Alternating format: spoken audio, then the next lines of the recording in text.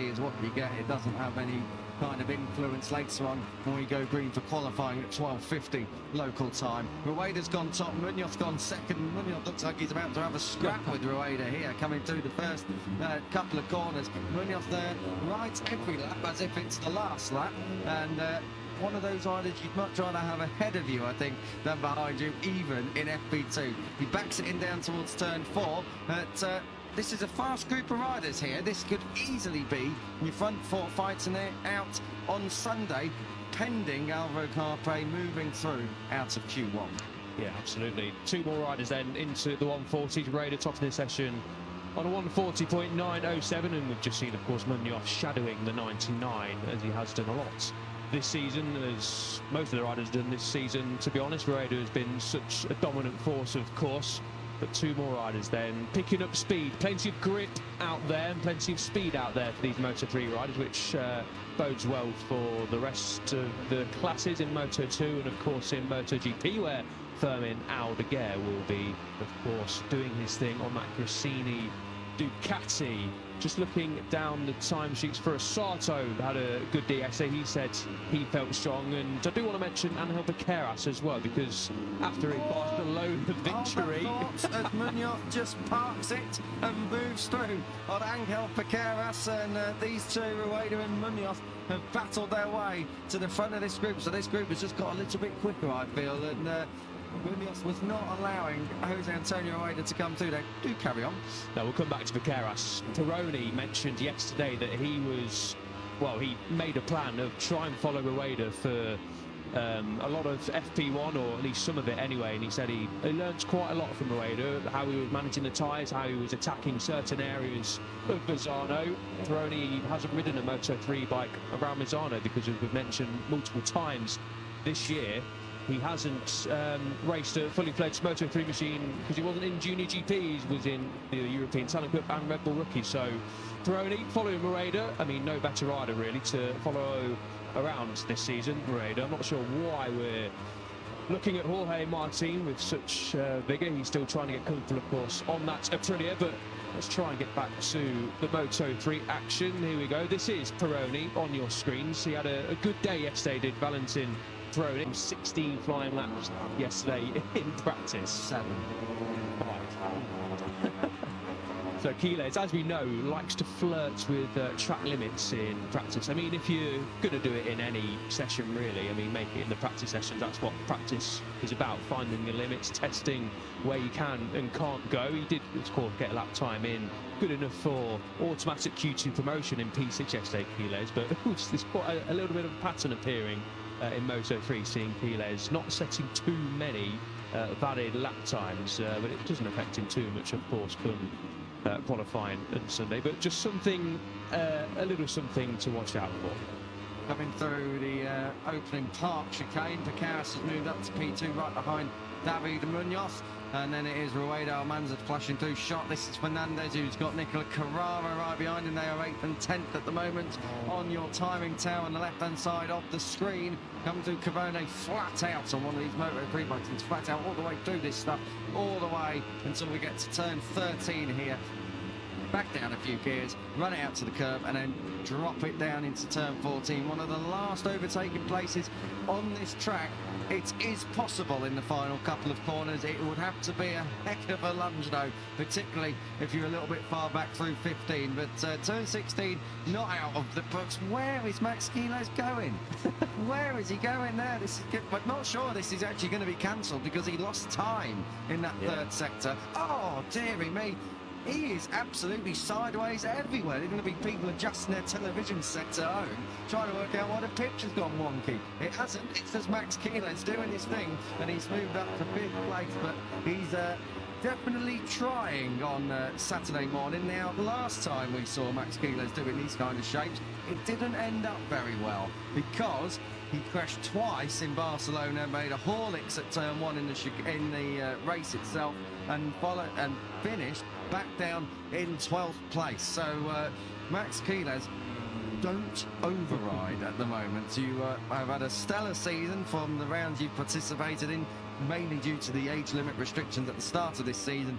But Keeler's riding it like he stole it, and that is why we love him up here in commentary. We had just a quick look there at Tayo Furusato, who's completing your top 10 at the moment and on a personal best, and his fellow countryman, Yusei Yamanaka, much neater than Max. Keeler's coming through the final corner. Yamanaka going for the lines, trying to improve time and place, moves up to 15th and sets his personal best lap of the session. A 41.8 though, that's still some way off what Munoz has been able to do so far today, at 40.7, Elliot, and that is going some around here. Certainly is. Furusato then over the line, improves his time to a 141.393. Furusato finished 7th yesterday, and as mentioned a few minutes ago, he was feeling really confident. He picked up a pole position here last year, of course, finished 4th in one of the races in the San Marino Grand Prix, and then just lost out in the latter stages at the Emilia-Romagna Grand Prix, Tayo Furusato. But after his Barcelona podium, he's feeling very confident again this weekend, and of course for Yamanaka and Furusato, a big weekend coming up in a couple of weeks' time when we head over to the mobility resort Motegi in Japan. Very excited for that, and I can't quite believe that we're already heading on to the flyaway so soon, as we then pick up David Munoz shadowing still Jose Antonio Rueda. Munoz did say yesterday that he's happy with the feeling he's got, but just need to work on some small details. And as I mentioned with Pironi, following Jose Antonio Rueda, who was pretty confident yesterday, just didn't quite hook up that fast lap, he said, in the time attack. He's certainly not a bad rider to follow, and Munoz is not letting him get away. Munoz is right on the shirt tails here of Jose Antonio Rueda. There is a dive bomb incoming any moment now, for sure. David Munoz does not ride that close to people if he doesn't want to make a pass on them, although he could do worse than follow Rueda coming through this Misano circuit. Rueda, a bit of a specialist after yesterday, right up there, and safely through into Q2, as is David Munoz. This is Joel Kelso, top 3 job yesterday, and a solid job it was in third. He was second in the morning session, so Kelso liking it round here at Misano. Comes across the line, doesn't improve his lap time, but right behind him it is Cormac Buchanan, who moves up to 14th on a 141.6. Now Cormac Buchanan in Barcelona did have a bit of a wretched weekend, it's got to be said. He was really out of sorts, but that 41.7, half a second quicker than what he managed yesterday afternoon, so Buchanan's feeling starting to come good. Yeah, absolutely. Buchanan said yesterday that he is now getting his confidence back, and it was one of the best days he's had on the bike in a while. After that Brno crash, he did lose a lot of confidence, and yeah, he's just lost his way slightly in the last couple of rounds. But he did say yesterday that Friday starting to feel like the Buchanan of old, like sort of in the first part of the season where we were really impressed with all the rookies, and including the likes of Buchanan and Ruche Moodley. And just up ahead of him on track is Joel Kelso. We'll come back to Kelso though in a moment, because Rueda and potentially Munoz just behind are about to set the fastest laps of the session. Yes, they are. Munoz going slightly quicker than Jose Antonio Rueda ahead of him, and just a little bit of a mistake going into turn 1, but a good stint there for the 64 following the 99. And I've got to say, Munoz's corner entry speed was very impressive coming through turn 16. He looked like if he wanted to, he could have made the pass. And also down here in towards turn 1, he just gets caught out. Rueda comes across and has to pick up close between Munoz and Rueda then. Yeah, probably looks more comfortable from the commentary position. Yeah, Rueda went like looking at that back, but I'm sure Munoz was pretty much all in control. What's going on here then? That is Valentin Pironi potentially getting stuffed at turn 14. The tight right-hander, of course, at the end of the 11, 12, 13 sequence here at Misano. That's very close coming into the final corner. Two very exciting rookies on track together. I'm not sure he was getting stuffed. I think he was looking for a way around the outside, because Keeler's has been leading Pironi over the last couple of laps. We have a yellow flag in sector 1. That'll be round turns 1 and 2. I think we saw the yellow flag. Oh, Cormac Buchanan has gone down. It's been a phrase we've said a couple of times too many in 2025, but the rookie New Zealander works his way back onto his wheels, and that looks like that's coming through the opening couple of corners. Indeed it is. So turn 2, it looks like Buchanan's gone down. He's all scuffed up on the left hand side, and he's going to go through the shot in the background. Oh, he was lucky that didn't pick up and spit him out the front door, but holds it in, keeps a clutch in, and that's Railway Motorsport machine continues on its way one more time. Yeah, unfortunate crash then for Buchanan. Just looked like the rear end stepped around on him when he tipped it into turn 2, which is where Rueda is now. Rueda followed by Piqueras, followed by Pini, a very quick trio there on the circuit. So Rueda then has, well, he's lost the shackles, broken the shackles that David Munoz tagged himself onto on the rear end of that KTM. But this is a really strong session for Munoz, for Rueda and for Piqueras, who I did mention had a little bit of a quiet day on Friday. Did expect Piqueras to really come into this weekend and be in and around that top 3 right from the get-go, but that's not really how it played out. Finished in P12, of course, in practice, so was sweating a little bit more than he would have liked, and the team would have liked as well to get into that Q2. But unlike Barcelona, he is straight into Q2, and this is a good session for Piqueras. Of course, a race winner here after a double long lap penalty on the Leopard Honda at the San Marino Grand Prix, and then finished on the podium at the Emilia-Romagna Grand Prix a couple of weeks later, as they just get out, well, Ricky Rossi gets out of the way at the fastest part of the circuit. Guido Pini just going to the grandstand in the back of shot there. So Guido Pini's down in 19th at the moment, not having a Saturday morning to remember at all. My sharp intake of breath was the fact that Jose Antonio Rueda was actually trying to get a bit of slipstream from Ricardo Rossi there. And this looked like Rossi was probably not on his fastest lap of the weekend at all. He was well out of it. Rossi down in 23rd place at the moment. So that's a bit of a problem for the number 54 on the Revacol Snipers team. Honda across the line. Rueda does improve his lap time. Piqueras does, but stays third. I've got to say, that is a very interesting top 6. Munoz, Rueda, Piqueras, Quiles, Kelso and Almanza. Almanza probably should be a little bit further up, but those are your 5 or 6 riders this weekend that just look like they have got a little bit more pace, and it's a shame that for once Almanza is not tagged onto the back of Jose Antonio Rueda, because we could have really done with seeing has he got the pace to stick with him, because they're obviously out there doing race runs at the moment and seeing what feeling they've got. Of course, we go green on Sunday at 11 o'clock, so a little bit later than what we're at now, but still you want to be seeing if you've got the measure of the rivals. I'm fairly sure David Almanza's confident of that anyway. He's always good over 1 lap, so he's going to put himself in a position, hopefully, come qualifying. So we get a wonderful drone shot. This is up towards turn 9 and 10, Tramonto. And then it's down the back straight and through the flat-out right-hander of Cavone. Rueda on another improving lap here. It is so close. This will be one to digest the chronological analysis after this one. Through turn 11 they go. Rueda's absolutely flying through there, and Piqueras has just got enough space to build into and run his own lines. He's not going to be that close up behind Rueda where he's getting caught out, but Piqueras was so quick through that 3rd sector, so that is something to really make a note of.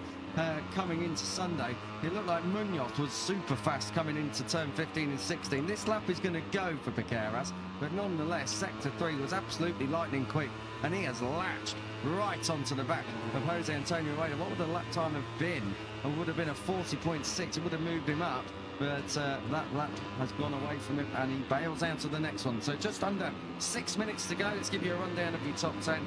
Munoz, Rueda, Piqueras, Quiles, Kelso, Almanza. Valentin Peroni next up in 7th, Foggia showing well in 8th, Lanetta 9th, and Adrian Fernandez there in 10th. But as we get a slow-mo of Jose Antonio Rueda coming through the final corner, lurking in the background, the number 64 comes into view, and the 36 just behind.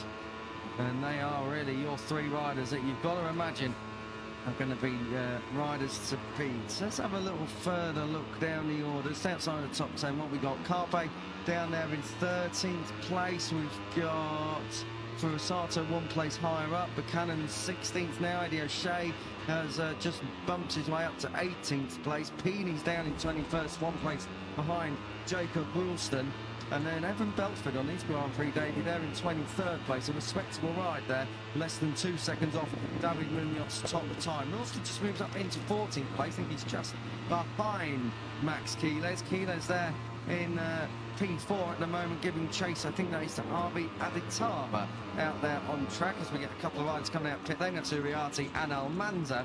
But RB Aditama is going to find himself under the attack of Max Quiles coming through turns 5 and 6. We'll never know the outcome of that, but this is Dennis Foggia here at home. Less than 5 minutes to go through the final corner, and Foggia really looking to see if he can make it work after his worst result of the season last time out. Across the line, P9 up to P4 and a quarter of a second or so off Munoz. So some Saturday morning happiness coming the way of the 71. Yeah, certainly one top 10 in his last 5 results for Dennis Foggia. Doesn't really cut the mustard, unfortunately, for the Italian nor the Aspar team. A 3-time winner around here in Moto3 in 2021 and 2022, and said yesterday that they tried something in the afternoon that didn't work quite well at first, but they ought to fix that quickly, and he is going straight into Q2. It's making sure life a hell of a lot easier, and that's something Scott Ogden is also doing after the British rider finished in P14 yesterday, just squeezed through after he went through Q1 in the last couple of rounds over of course in Barcelona, and just before that as well in Hungary. Sorry, get my rounds mixed up. But Ogden then into the top 10 as things stand, as Quiles comes over the line to complete another lap time. This is a very decent run of things for Quiles, and it was nice to see the top 2 in the championship, Rueda and Bequeras, lapping together as well. In terms of the championship, it feels like I mean, every weekend for Bequeras really is a massive weekend. He has got to continue to take points off Rueda, but this weekend, with how last year went here at Misano was for Bequeras, looked good. Has pinpointed this weekend as a track that he feels really strong at as well. This has to be a weekend where Bequeras takes more points off the 99 as they lap together again. This time though, Rueda just behind 36. And that's an interesting point, because for most of this session, Bequeras has been able to have a look at where Jose Antonio Rueda is strong, and now Rueda gets to have a sneak peek at Bequeras' strengths around here at Misano. So not bad at all from those two, getting a look, and perhaps that is a dress rehearsal of things to come. Scott Ogden riding the edge of the curve and just dipping onto the green, but the CIP green barrel KTM is just moving to the line. The number 19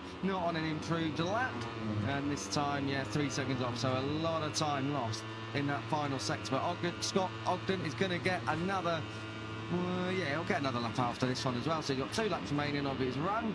As we take a look back through the field, this is Foggia chasing Luca Lanetta. Lanetta 9th. We've got half a second covering the top 10. It is mighty close this morning. Yeah, it certainly is. We've seen that all weekend really across every class. It was close in MotoGP, of course, as well on Friday, but a good session for both of these Italians, who will of course be hoping to at least challenge for the podium, and if not, stand on the podium. Lanetta picked up his first front row start here last year in his very impressive rookie campaign on the 58. Foggia just shadows a move up the inside at turn 12, a very fast corner to try and make a move, thinks better of it and loses a little bit of time there. But this is good stuff from Foggia, who, as we mentioned, has just gone off the boil slightly. We thought that after his Mugello podium, that could be the spark that really lights Foggia into life in 2025, but it's just not quite worked out that way, and that's Bequeras who ran wide in the final corner. As we get yellow flags out in sector 1, the letter improves up to P6. Good stuff. That might have just been a small trip through the gravel, because the yellow flags are immediately in. 30 seconds on the FP2 Moto3 stopwatch until we get the first checkered flag here on Sprint Saturday. We're picking up David Almanza working down towards turn 8. Almanza, is he on a lap time?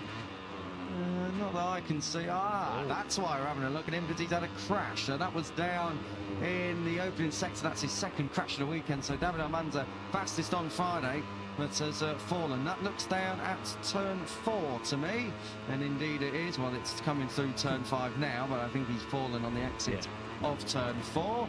And then works his way back around. So not the end to the session that David Almanza would have liked, as David Munoz goes top that 1:40, that remains top at 1:40.587. That is your fastest lap time of the weekend. It's just a few thousandths quicker than what Almanza was able to do yesterday.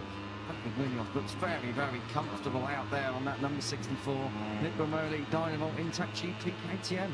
certainly does. And after the disappointing P8 that he endured over in Barcelona, just lost out in the latter stages. He didn't really, he said, feel comfortable at all weekend in Barcelona, and that sort of signified why Munoz didn't properly put together a push for at least a race victory in the latter stage. Adrian Fernandez, a little bit of a quieter session for the P2 finisher from yesterday, but it's going to jump him up the leaderboard. Yes, it is, up into P6 on his final lap time. So another rider within 4/10 of Jose Antonio Rueda and David Munoz at the top of the standings. Rueda then completes a fine session for 99. Indeed, and Rueda has been losing time in the second half of this lap, right the way through this session. He's been very fast in the opening 2 sectors, but not the closing 2 sectors. So Rueda maybe just needing to find a little bit of work now. That has been through the gravel, at least, for David Munoz. Has he stacked it?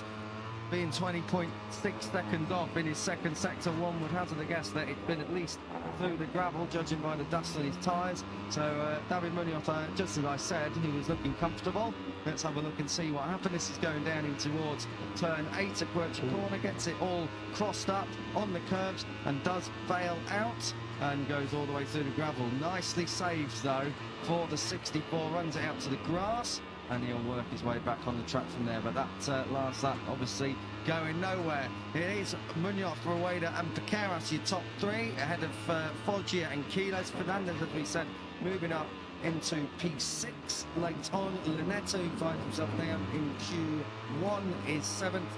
Kelso, Almanza, who was a late crasher, and Scott Ogden completing your top 10, just off of the leaderboards, just off of the top 10. A quick mention to Eddie O'Shea, 17th. That's one of his better sessions in Moto3. There have been a lot of changes in that Grid MLAF team, so the changes, at least, are now taking effect, it would seem.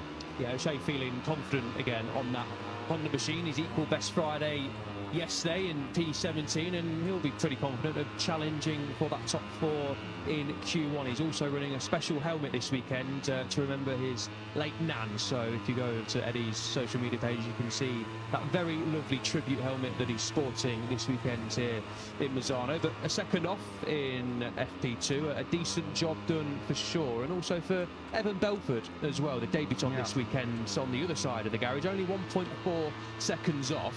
And P23 ahead of the likes of Ricardo Rossi, a much more experienced rider in this class, of course, as well. So top stuff, it has to be said, from the 52 of Evan Belford. Good job done. And what are we going to see here? This is Foggia, last flying lap over at Tremonto, bailed out of it, and Luca Lunetta is quite sure what's going on there. So it was a bit of sarcasm maybe going on. A thumb up between the Italians, wasn't it? But yeah, maybe a little bit of sarcasm. Like, good job, Dennis. Whether that be a genuine good job or good job as in, what do you do? Yeah, maybe the latter. David Munoz, 40.587, sees him set the fastest lap time of the weekend in Moto3, ahead of Rueda and Piqueras. It is a Spanish 1, 2, 3. Foggia there in 4th place. We just saw a last glimpse of him. 5th.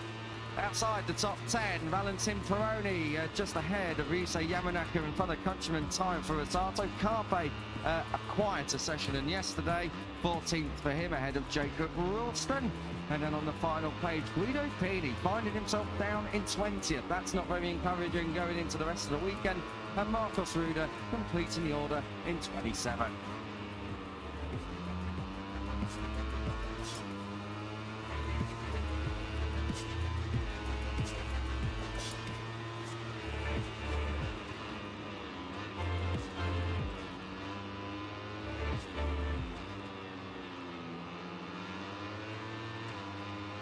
Munoz is fastest here in Moto3, ahead of qualifying. Myself, Kiko Jordan, Elliot York, we're out of here. Lewis Sotheby and Neil Morrison are moving in. Moto2 up next. Enjoy.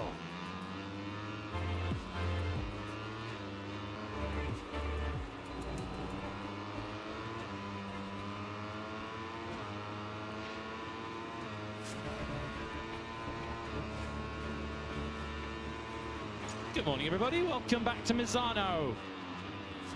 What a beautiful Misano morning this is. So much home expectation, as always, when we come to the Adriatic coast of Italy. Yeah.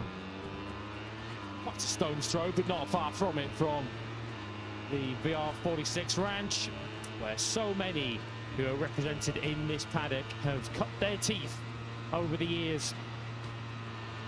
One of those who enjoyed the best of our opening day of Moto2 action yesterday, Celestino Vietti, certainly off to a flyer on home soil yesterday.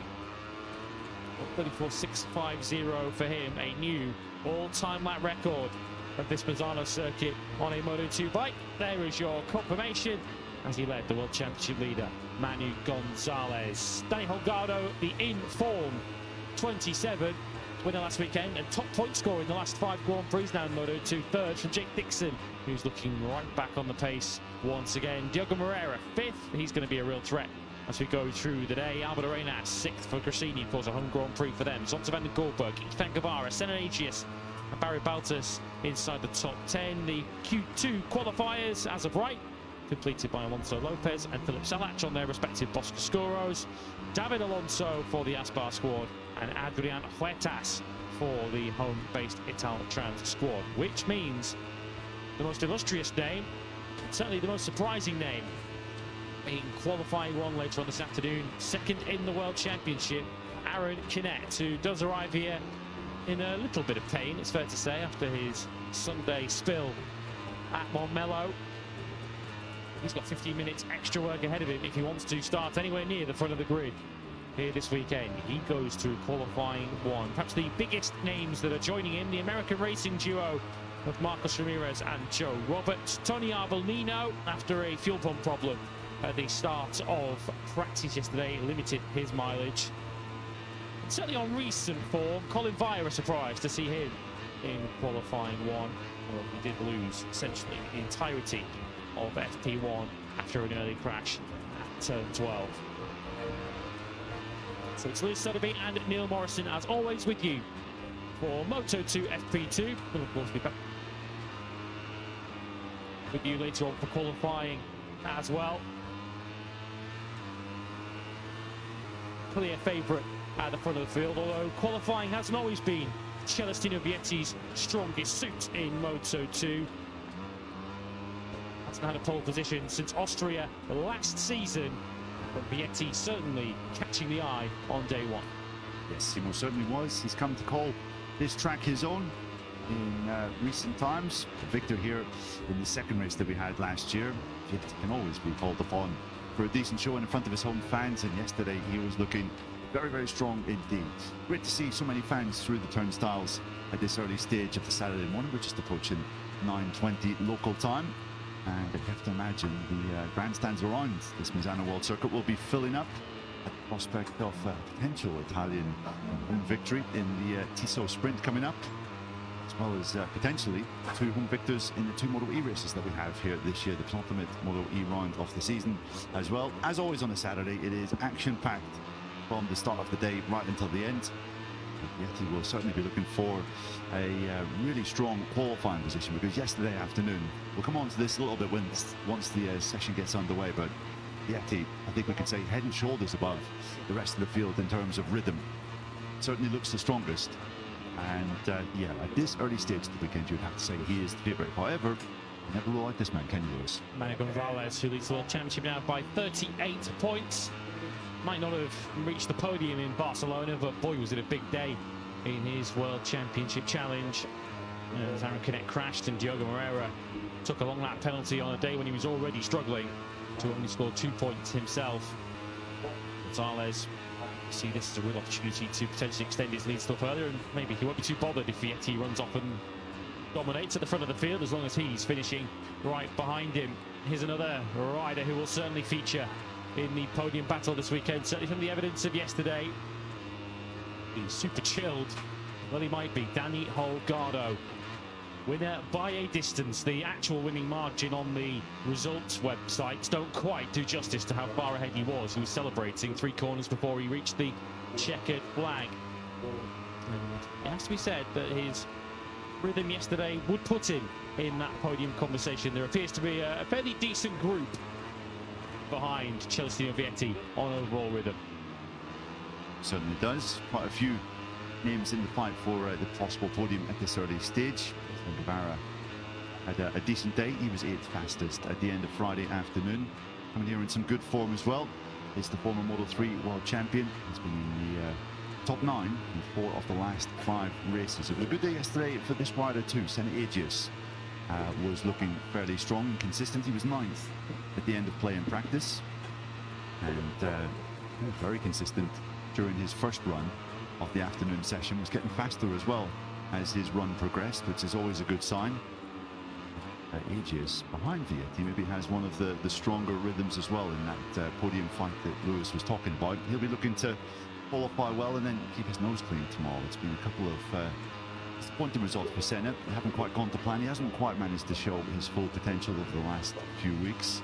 We'll be hoping to change that recent routine come Sunday. Yeah, we were of course talking up his chances this time last weekend, only for it to go wrong on the Sunday, so Senna won't be counting his chickens just yet. Well, Boscoscuro had a really good day yesterday. 5 of them inside the top 12, 3 in the top 8. We've seen 2 of them already, Celestino Vietti and Ethan Guevara, and there was the last of them. Last of them that we've shown you, because he was the second Boscoscuro yesterday. 4th overall for Jake Dixon. And in fairness to Jake, he felt that the main improvements that he has to make over the course of the weekend, if he is to truly get in that battle for pole position, are really from himself rather than the bike. Of course, did have a minor tip-off at the final corner partway through yesterday afternoon's crucial practice session, but that didn't delay him too much. Certainly didn't. He was just delighted to have picked up where he left off in Barcelona, to have the same feeling of comfort aboard his bike from the first laps of FP1. I think that's what Jake really is for the rest of the day. It was a strong day for him. Not such a strong day in terms of result for David Alonso. He was 13th, but really enjoyed himself out there during practice.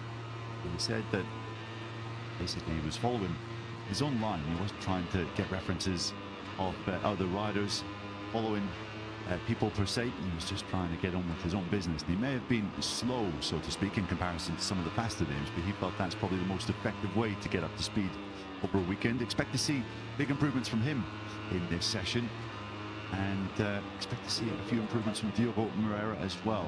5th place at the end of play for the Championship Challenger. So Moreira, after a really disappointing night in Barcelona, needs to bounce back here.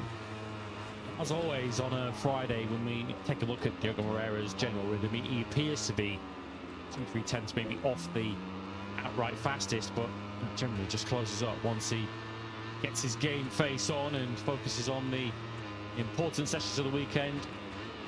Once pole positions, grid positions and points are up for grabs, Moreira takes a step forward. Colin Vile will be looking to do the same today. You saw wearing some scars from his travails yesterday. Slow crash for Colin in pre-practice 1. Didn't set a time in the end. He went down on his very first time lap down at third 12. I was kind of had the feeling that Via was playing catch-up from that point on in the day. He'll only get himself ultimately up into 26th place in the afternoon, and he'll be kept company in qualifying 1 by Visma. Yeah, the big surprise of yesterday, Aaron Canet down outside the top 14, 15th for him. And it was another complicated day, a day when he wasn't quite showing his best. The pressure will be falling on his shoulders when Q1 rolls around this afternoon. Navarro had a solid Friday as well. Navarro was 23rd at the end of play on his Clint Forward Factory Racing bike. Only 1.1 seconds off the outright fastest lap time of Celestino Vietti. Exactly. Top 23, covered by 1.1 seconds yesterday. I mean, Moto2 pretty much from the first race of the year in Thailand through the practice sections has been ludicrously close, ludicrously tight. Yesterday was absolutely no exception. Expect that to continue here today. Quite a few names saying that they're going to be using this free practice 2 session for a little bit of a bed for another longer run. Quite a few, majority of the riders were using the first part of practice to try out some race settings, and to see that again in this free practice 2 session as we get underway. Our commentary box just situated as they leave the pit lane. You hear a bit of background noise as the bikes all come rushing past us. We've got that on one side, we've got the fans on the other, which is blasting AC/DC currently. It's quite difficult to hear ourselves thinking here, Lewis, but 10 feet behind us is that, so yeah, been popping my head up and down while Neil Morrison has been getting us underway with this session. To call the tune out on the racetrack is Manu Gonzalez here this morning. It's amazing to think of Manu Gonzalez and his recent run. So that victory in Mugello is his only victory since Le Mans, which was some 10 Grand Prix ago. But he's doing what world champions do ultimately. Of course, it's no guarantee that he's going to take the world championship in the season, but he's certainly our favourite at the moment. But the best he can do as a world champion, or if you want to become one, is to maximise your days when you're not the outright fastest. And I can certainly say that on many recent occasions, Manu Gonzalez has done that. Fourth was as good as it was going to get for him in Barcelona, given where he'd started from. The top 3 had already been able to break clear of the field by the time Gonzalez got involved in that battle with Istvan Guevara. We've seen Bruno too, didn't have the pace of Joe Roberts and Barry Baltus, so brought it home in a very safe 3rd place. Axon, perhaps a slightly different scenario, because he thought he had the pace to win the Grand Prix, clearly didn't after some early rear grip problems, but again just made sure he brought the bike home. If you're not going to win the Grand Prix, try and finish on the podium, if not, finish as close to it as possible. As a result of that, Gonzalez has been able to extend that points lead out. Whatever happens this weekend, Gonzalez will return to the scene of his first Grand Prix victory, the Mobility Resort Motegi, in a couple of weeks' time as World Championship leader. will it be achieved in similar random circumstances? It was one of the stranger races in Moto2 last year. Moto2 in recent times, in actual fact, as a light drizzle. Well, it was heavier than light drizzle, wasn't it?